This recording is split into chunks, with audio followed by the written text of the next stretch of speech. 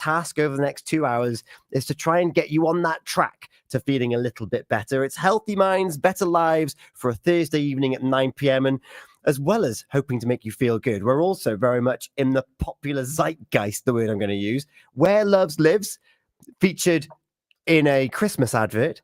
Paloma Faith, Only Love Can Hurt Like This. If you were a fan of the Traitors, then that song takes on a whole new meaning. Hopefully, we're all faithfuls here this evening, and I'm joined by Hayley Wheeler. Good evening. Good evening, and how are you?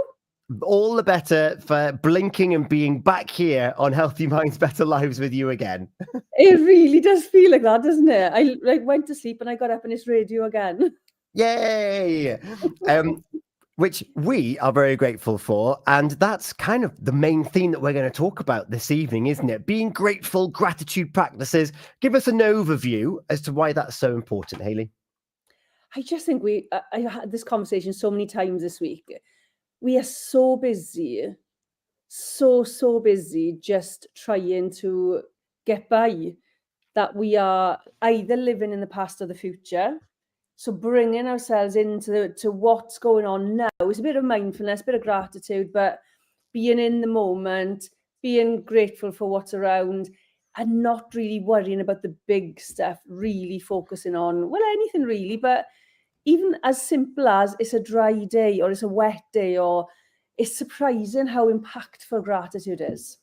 It really is. So we're going to look at some practices, how we can build gratitude into our day. Of course, those of you that might recognize me from the breakfast show, on a Tuesday, we make quite a big deal out of it, Gratitude Tuesday. And well, there's someone out there who listens to Gratitude Tuesday who's bringing it into their everyday life and their practice, which is wonderful. And they've been sharing it with even more people today at the Connecting the Community event, which is very exciting. So we're going to delve into that in more detail.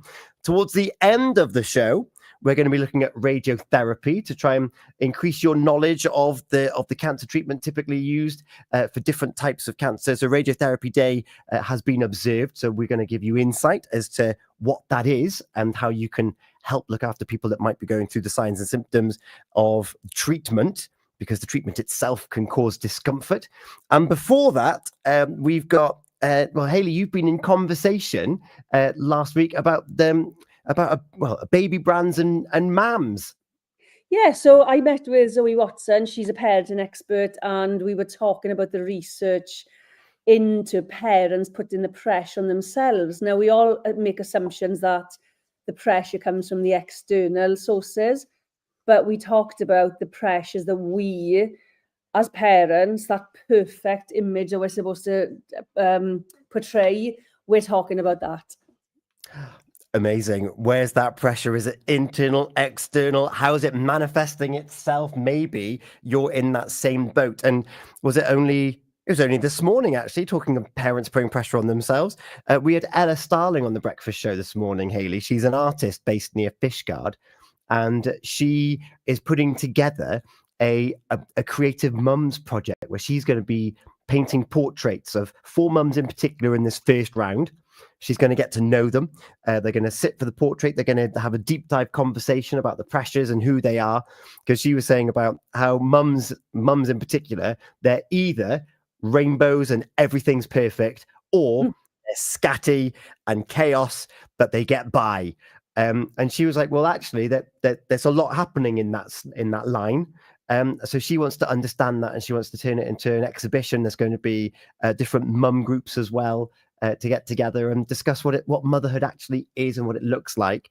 And I'm intrigued to see what these portraits are going to look like. So that'll be in the spring in Span Arts in Narberth and at Oriella Park up in St. David. So you can listen back to that on the breakfast show, either on the video or on the catch up, which is good fun and very topical. And then even more of my favorite things to talk about, we're going to be talking music. Yeah, we are. We've got quite a bit on today. We do. We've got, as usual. I don't think we ever don't. We have a jam-packed show. Yeah, we're going to talk a little bit about music, but also nurturing relationships. And I heard a fantastic statement, title, sentence yesterday, which I think fits this perfectly. Okay. Have you got it there, or are we going to save it? Well, okay. Should we go into the relationships first and then come back to gratitude then?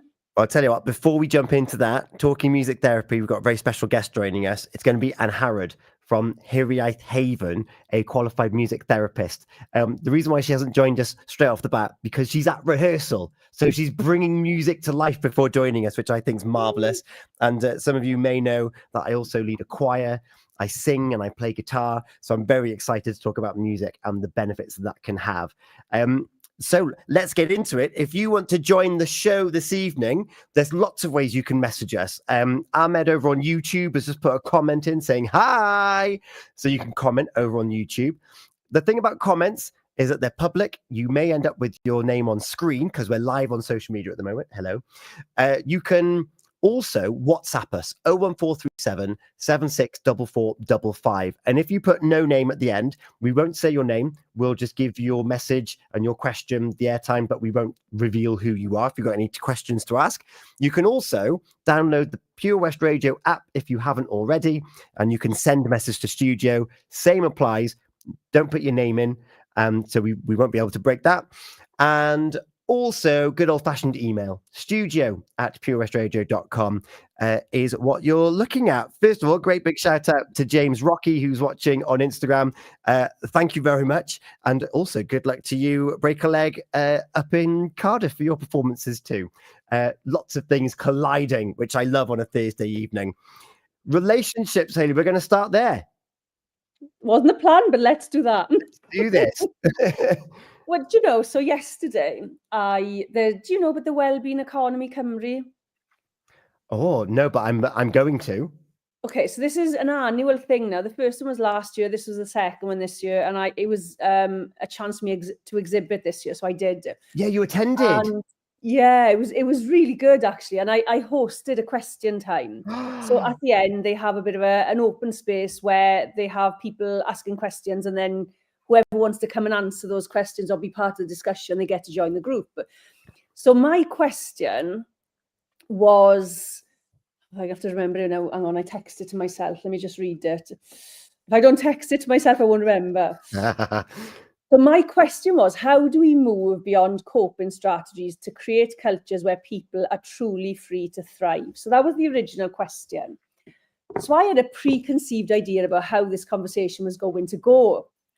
Interestingly, it did not. Didn't go anywhere near where I thought it was going to go. Best of plans.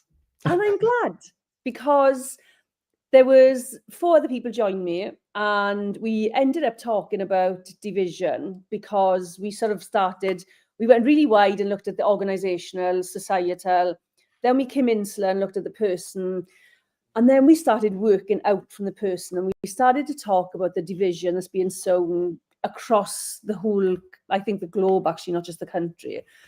And we were talking about how do we get back to being able to agree to disagree, because a lot of us were saying in that group that we can't even be honest about our political decisions. We can't be honest about sometimes even our health decisions after what's gone on in the last 5 years, and lots of different things. You can't be honest with people now because there's I don't know what it is. There's a big barrier to having that kind of communication.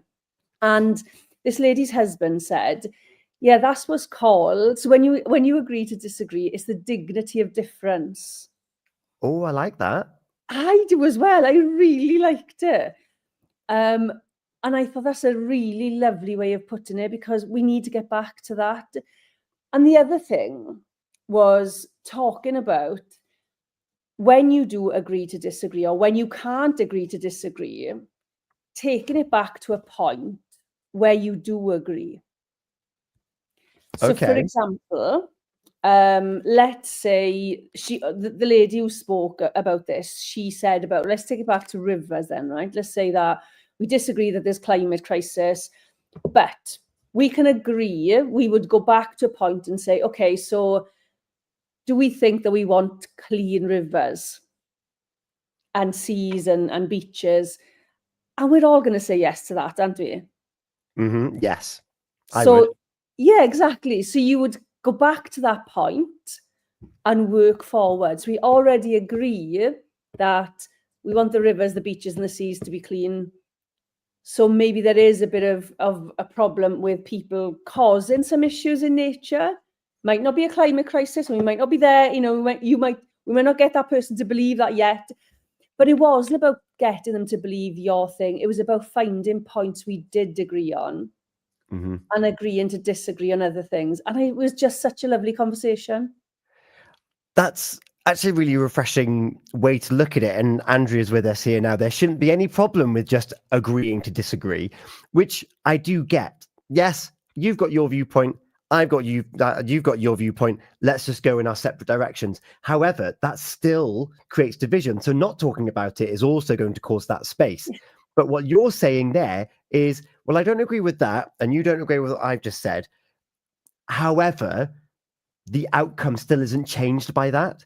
So what can we actually do? Not to agree on the reason, but to find what that end point is, because the end points are likely going to be the same. It's just the causation that's different.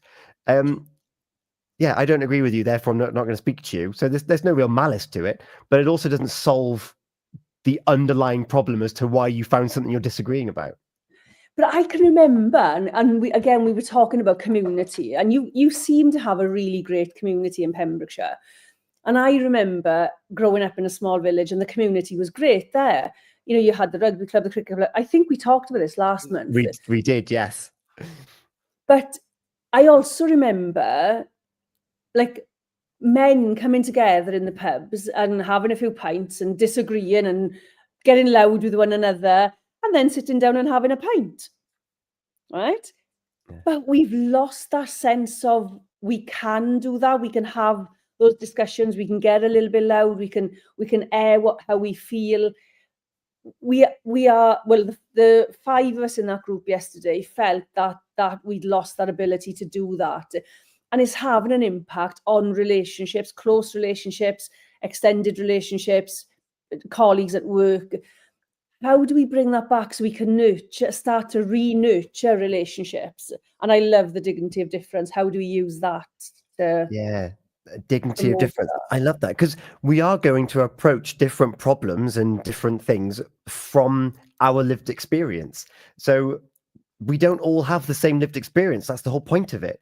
And that's why when sharing ideas, that's usually where you get your best outcomes anyway. But yeah, this society at the moment does seem to have, well, no, you're wrong and I'm right, which gives you that element then of, well, is that our competitive nature that's changed? Is there something so fundamentally wrong with being wrong, in quotation marks, even if it's something quite philosophical? Oh, it's a good question, isn't it? Because who gets to decide what's wrong? Yeah. There's that brilliant cartoon of people at a parking space, and on the floor is, for one person, is a 6. It's like, it's a 6, and the other person is on the other side of it, and it's like, but it's a 9. But they're both looking at the same thing, but from different perspective, from different lived experiences, you're going to see the same thing differently. But that doesn't mean that someone is fundamentally wrong. I know that someone's going to say, well, the designer would have definitely said it was 6 or a 9, so technically someone is wrong. Yes, I know. It's not the point I'm making, no. But again, it's that perspective, it's that lens that we see life through, through what we read, through what we learn, through what we listen to, through the people, our influences in our life. They are the ones that shape our stream of thought. All it would have taken in that cartoon scenario is, well, no, but come here and I'll show you what I mean. See, don't you see it? And yet when we don't have that, it feels like patience or time anymore to actually be like, no, look, come here. And then the other person doesn't have that willingness, for fear, I'm going to suggest, of being proven wrong. Yeah. So it's easier just to keep at arm's length. I think it's even having a massive impact on family relationships between parents and children, cousins, nieces, nephews, aunties, uncles, grandparents, because we are, I think we it's a bit of a, what's it called? Like, people are stepping into their moral high ground and demanding that they are right. And how do we get over that to make sure that we maintain the relationships? Like you said, it needs to be spoken about freely. Because if we're not talking about it, that can breed resentment. If we are talking about it, it feels like it's breeding resentment. How do we go into conversations now and nurture conversations and relationships with compassion? Yeah, particularly when the media plays such a vital role in this, Mm. and it sells media space to be polarizing.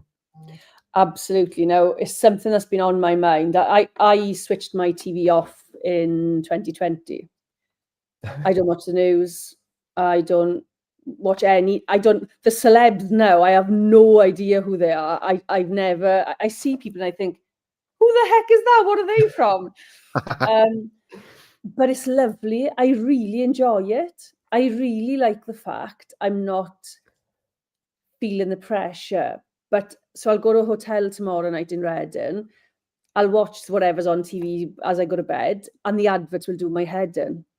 And if news comes on, you're right. There's always some kind of pressure, isn't there? Whether it's polarizing, the media polarizing it, whether it's marketing, as in this thing's going to make you happy or that thing's going to make you happy. If you haven't got it and you haven't got the perfect life, there's so many pressures, especially on the lead up to Christmas now.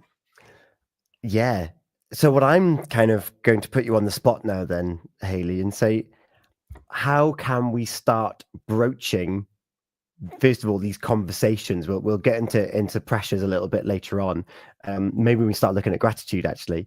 But how can we open up our doors to those people around us? Because it could well be in your family that you've got dissenting views with your family, your friends and neighbors. You might work with people, because if you're employed and someone else is employed with different views, you've got to work with them. And maybe if you get really passionate about an idea of how to do something, and they're like, no, I don't think we should do it that way. How can we broach those conversations? What techniques have you come across? I just think it's having open conversations. It's being able to sit in discomfort. Right? So if somebody likes something or dislikes something that you like or dislike, you have to sit in your discomfort. It's not their job to make you feel comfortable. And I think we've got into this thing of it's everybody else's job to make me feel comfortable. And it's the same with mental health. I don't know if I've said this before on the show, but we are getting better at talking about mental health. Yes. But we're not really talking about what we need to talk about with mental health, because it makes people uncomfortable. And I think we've got to relearn, I used to see as a child growing up, relearn how to sit in discomfort without feeling it's a personal attack or I have to get my point across. Sit in the discomfort, listen to what they're saying, and just debate with that person or ask questions rather than attack and feel attacked. Because I think we are very much about feeling attacked. And I'm going to draw that distinction there of feeling attacked, which means that your body is, I'm under attack, as opposed to what you've just said there, feeling attacked. And what I love about you saying that is it leads into these conversations. When you say that, I feel this, and it actually, even though you're talking about emotion, it actually gets rid of the emotion, or it makes it something that you can pick up. When you say, I feel this, I'm going to put it there for now. But what is it that, and then they can ask, well, why do you feel? And then all of a sudden you're into why questions. Why do you feel like that? So you're still not necessarily getting around the dissenting views, but at least you're taking that moment to think, why am I responding in that way? And why are you responding in that way? But there's the accountability, isn't it? Because we have a habit of, they are making me feel like this. Well, nobody can make you feel anything. But yes, there's discomfort. Yes, you feel a particular way, and it's okay to feel like that. But we don't need not to feel like that. We need to be able to experience those emotions and whatever that feeling is. We need to be able to say, okay, so this is making me feel uncomfortable. and I maybe need 5 minutes and then come back to it. It doesn't have to all be done in one go, but we can have conversations that last a couple of days, couple of weeks if we need to. We just got to open those conversations with an open mind and an open heart, I think. Yeah. And allow to be pulled round to that other point of view whilst having conversations that don't need to escalate. Yeah, well, and they can escalate as long as you Yeah. can bring it back down and agree to disagree. Dignity of difference, right? With dignity, yeah. Yeah, definitely. I love that. Dignity of difference. I'm gonna carry that around with me. I like that. Well, I've just looked now. It's a book. She did say it was from where did I see it now? I'll find it. It's a book by Jonathan Sachs. Mm-hmm. But I've never heard it before. Oh, really? Yeah.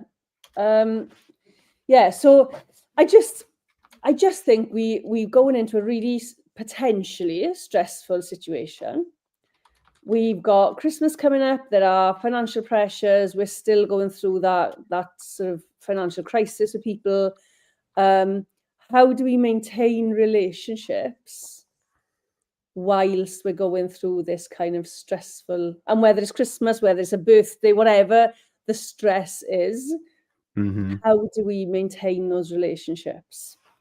Yeah. It is a very stressful time. Made even more stressful by a family member that keeps putting how many weeks away it is, and realizing that I'm grossly underprepared. And thinking the fact that the post that went into the chat today was 5 Thursdays left. Oh, that does not feel good. That's one hand, Hayley. That's one hand. Oh my gosh. Oh my Yeah. gosh. I know. So yeah, I gave it a nice heart whilst also having palpitations, thinking I had so many great ideas of what I was going to do. And then just realizing that actually I might not be able to fulfill everything that I wanted, that I had planned, that I would wish upon my friends and neighbors and family. Of thinking, oh, that'd be really cool. That'd be really cool. Although there is still technically time, but there's also still technically a lot of work to happen. We're here at 9:30, Hayley. Yes, we are. But I think this is the thing, right? So we talked about gratitude, didn't we? And that's part of the topics today. Mm-hmm. I've just jumped to 5 weeks away to Christmas. How about bringing it back to now and bringing it back to gratitude? And we've got 5 weeks rather than, oh my gosh, we've got 5 weeks. Yes. The gratitude is we have 5 Thursdays before Christmas. Yeah. We have some time to go shopping if we want to, or to make our presents or whatever that is. We have time. But what we do is panic and look at the kind of negatives. Oh my gosh, only 5 weeks. But yeah, I think gratitude is something I've not practiced enough of. Define enough of. I don't do it on a daily basis. And I only do it, I would probably say, I only think about doing it when I'm stressed. And it's the wrong time to do it. So you go actively looking for it when you feel that you need it, for example. Yeah, I got into the habit over the summer of doing, I had 4 notebooks on the go. So there was a gratitude notebook, there was a letting go notebook, there was I can't remember what altogether. So I had all these business one as well, didn't you? You had a business vision book as well, didn't you? Yeah, I did. Yes, Yeah. I have a little bit of everything. So I had all these books, and gratitude was one of them. And every day I wrote some, whatever the gratitudes were, and it was really good. But then I came back and got back into the swing of school and stuff like that in September, or college, I should say. No, there's no school now, but I'm not making the time to do it. I'm not putting it in my calendar. So I think for me, it just needs, no, I'm going to change the word. And for me, it works when I'm doing it on a daily basis. Okay, so you're actively looking and just scanning for those moments all the time, as opposed to, oh no, now I need to fish for it, because then it Yeah. becomes a panic in and of itself. Yeah, and it gets a bit easier, I think. I am more aware of, oh my God, I love cloud watching, because I love watching the clouds just roll by and see all the shapes they make, the dinosaurs, we've even seen like a scan of a baby in there. That was Oh, amazing, that was. But we've sat for hours, and if I'm sitting in the car in a traffic jam, I try and look at things, the sunshine, I love the rain when I'm sitting in the car. So I do look for them probably more than I used to. But maybe I'm being hard on myself here. I just want to do it. I want to be more efficient in using gratitude. efficient or mindful? Because you gotta be careful. And Ooh. if you're trying to be more efficient in it, are you what making it efficient makes it sound like that you're doing it for a gain, but there's not necessarily a gain of doing it. It's just the act of doing it has a byproduct of making you feel a little bit lighter, maybe. Yeah, and it does, when you start, I always say this, whatever you look for, you're going to find. So if you're looking for faults, if you're looking for things, negative things, if you're looking for flaws, whatever you're looking for, you're going to find. On the flip side, whatever you're looking for, you're going to find. So if you're looking for things to be grateful for, you will find those things. And it can be tiny things, it can be huge things. There's no limitation, and there's nothing too small to be grateful for. Yeah. If you're watching or listening to this right now and you think, "Oh, I actively practice gratitude," what does that look like for you? And if you're someone that falls into the category of what Haley was just referring to there, kind of accidental observations of things around you that make you think, "Ah, that's really cool," because that for me is kind of my attitude is, "Oh, that was really cool. That was a really cool moment." And that's kind of my little definition of it. When I accidentally find myself being that little bit mindful, and just looking at it, I was like, oh yeah, I got caught in that rain shower, but that was funny because I did not expect the deluge to come down, as opposed to, oh, I'm soaking wet and I'm going to drive home. There's two different ways to look at everything. There's multiple different ways to look at everything. And one thing which I find, if it has been a very kind of back to back kind of day, I'm still accidentally looking out for it, because I just like the small little moments. I love the small moments of every day. But on my phone, there's a new app that came with the latest download, and it gives me prompts as to what I can kind of journal about at the end of the day, because I'm not very good at just getting a piece of paper, or like if you actively write things down. I'm not very good at just being like, oh, this is how I felt today, and this is what I found. And I need to be posed something to make it worthwhile. So what this app does, it'll either take a series of pictures, or it'll randomly generate different things to ponder. And I Right. thought, this is brilliant. So Yeah. kind of before I go to bed, as much as having those little micro moments throughout the day of, oh, that was great, and I really enjoyed that moment, and I can't believe I met that person, and that person messaged me, and oh, I feel really connected, by accident. At the end of the day, it's kind of like, right, so let's kind of round this off. Phone, help me. It's like, oh, I hadn't even considered that today. And I get to write like a sentence or two, because I don't really go into War and Peace with it, because it's usually quite late. I'm on the breakfast show. But it's enough for me, even if I only write one or two sentences. What it's done in my head is it's sprouted off a whole story of, oh wow, yeah, that was a really that was a really cool moment. My version of finding things to be grateful for. Yeah, absolutely. And I think that there is so much to be grateful for. And I again, I'm not always as grateful as I could be. I was just, as you were talking there, now just thinking about, people who we disagree with. I think we've got to be grateful for people we disagree with, because those are often the people who will challenge us to change our perspectives, or to maybe just see something from a different perspective, or just step into a new way of looking at things.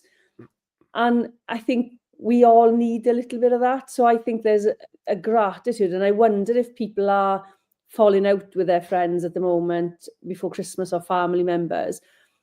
Could you sit down without the anger, without the frustration, without the kind of feeling personally attacked, and just think, what in that argument can I be grateful for? Mm-hmm. And it doesn't need to be the whole thing. It could just be that one little nugget. There's like, oh yeah, I hadn't actually considered that. And then the next phase is letting your pride take a back seat and be like, actually, no, I know where you're coming from there. Yeah, And yeah, but it doesn't even have to get to that, does it? You know, no. if you disagree, it's fine to disagree. But okay, I've got a question for you. Have we stopped hearing different opinions because we just can't deal with them? Oh, so the barrier's already up because Yeah. it's our world, and we're being trained to be like, oh no, this is your world, you live it. It's like, yeah, but we share it with quite a few other billion people. Yeah. Yeah, because there's a difference between listening and hearing. We Yeah, talk a lot about active listening, but if we stop hearing, it's we're not. I don't think we're totally listening if we're not no. hearing what they're saying, and sometimes it's not even about what they're saying. Hmm. It could just be about how they're saying it. You know, how they say it is it's so passionate that you can understand why they feel like that. Yeah. And sometimes we want to be grateful for the passion that they have. Could we have some of that passion? Could we share some passion? Yeah, share that around just so I can Yeah. use it for my point of view. Yeah. So I can argue with you even more. Yeah, so we could get real fireworks. I love that. I was going to go back to gratitude. So, the breakfast show every Tuesday. But we mentioned this in the introduction. We do Gratitude Tuesday. It was dreamt up by myself and my sister when we were doing our Facebook lives over COVID times. And the reason being is nothing happened over COVID, if you remember. So we kind of had to come up with our own little things. And even in the depths of being locked in our houses and allowed that one walk every day, whenever we used to do our live on a Tuesday, it would become Gratitude Tuesday, and it was our opportunity to find something in that day, even though it might be in the same old humdrum, to find something that you're grateful for. Maybe because, of course, social media was massive, the memes were massive, Netflix was massive, and we could have found that one thing to be like, oh, actually, today I found out this, or today the sun was glorious over COVID times, if you remember. So every Yeah. day, we're grateful to just be like, I can go for a walk in shorts and t-shirt in West Wales, which doesn't usually happen at this time of year. So that it was our opportunity of finding those little moments and actually making it a deliberate thing. On a Tuesday, I'd look for things to be, or I'd look back over the last like 7 days for those little moments, those who or what has made you feel grateful, and just having it as that constant chapter of the week. But this is the day that I'm going to do it, and it stemmed because the weekend was so far away. You got the weekend, you got Monday, start of the week, Wednesday, midweek, Thursday, Friday Eve, Friday, weekend. So Tuesday is the day that needs the active looking out for it. And yeah, we started doing that now on the radio. And one of our listeners, Danny, good evening, she started bringing in a piece of paper on a Tuesday that's wipeable, and it just says, take one moment before you start work today for them to let me know, to remind yourself what you're grateful for. So they all write something down before their workday starts, and then do it again next week. And it's gone even further now. They're connecting the community event and Have a Hub today. She's got 7-day planners for writing what you're grateful for, and some of them, like I was just talking about, I've got prompts on them. So on Monday, think of who you're grateful for. Second, think about something about you that you're grateful for, and it goes through different things for 7 days. And I was like, that's amazing that it's another opportunity for us to actually look up, open our eyes a little bit wider, and think like you, look at the clouds, look at the rain, listen to the rain, talk to your friends, maybe sit down with someone else. I met a dog today. It was the most beautiful thing I've ever seen. And there's like, you could well be on Wonderful Wednesday next week because you're gorgeous. So it's as you said, it's finding that time to make a conscious effort to do it. Yeah, absolutely. And the benefits of it are partly you're grounding yourself in the now, because if you're focused on looking for something that you're grateful for, whether it's something in front of you or whether it's something that's happened throughout the day, your brain is focused on the here and now. I'm here, I'm safe, I'm looking for something I'm grateful for. It also helps with focus, because, and the more you practice, the more it gets you thinking about it. So if we can get to the point where we get up in the morning and think, right, what am I grateful for today? What am I going to be looking for that I'm grateful for today? I think that's a fantastic place to be. And it can engage your senses, because what am I grateful for smelling today? I've got a fantastic candle there that always, every time I pass, I can smell it. What am I grateful for feeling today? What am I grateful for tasting today? What am I grateful for hearing today? So we are getting our senses involved, and it's a real good bit of mindfulness and grounding in the moment. Yeah. Caroline, George, completely epitomising what you're just talking about there. Listen to nature, which also brings us perfectly onto what we're going to talk about next, which I'm very excited about. We will take a moment so we can have a refresh. We can get yourself a beverage.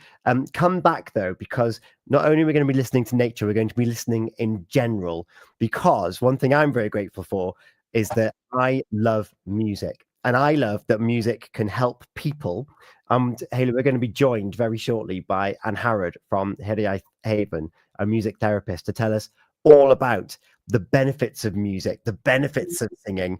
And I'm so excited to have this in-depth conversation. As ever, before we take this break, if you've got any questions, if you were to join the conversation, whether that's about relationships, was it the dignity of difference? Then let us know if you've got your own gratitude practice, whether it's like Caroline and listening to nature. We want to know about it. You can call or WhatsApp on 01437 764455. You can drop us a message on the PWR app. And a reminder, if you don't want your name given out, don't comment publicly on the social media because it'll end up on screen. But just put no name in the WhatsApp or on the PWR app, or you can email studio@purewestradio.com. We are going to take a moment. When we come back, we've still got to hear about the pressures of motherhood in particular and Radiotherapy Day. But next, here on Healthy Minds, Better Lives, we're going to be talking about music and music therapy. Don't go anywhere. It's coming up to 10 to 10. 10 to 10 to 10, 10, 10. That's for Mark. And that's a bit of music. See, it's all around us.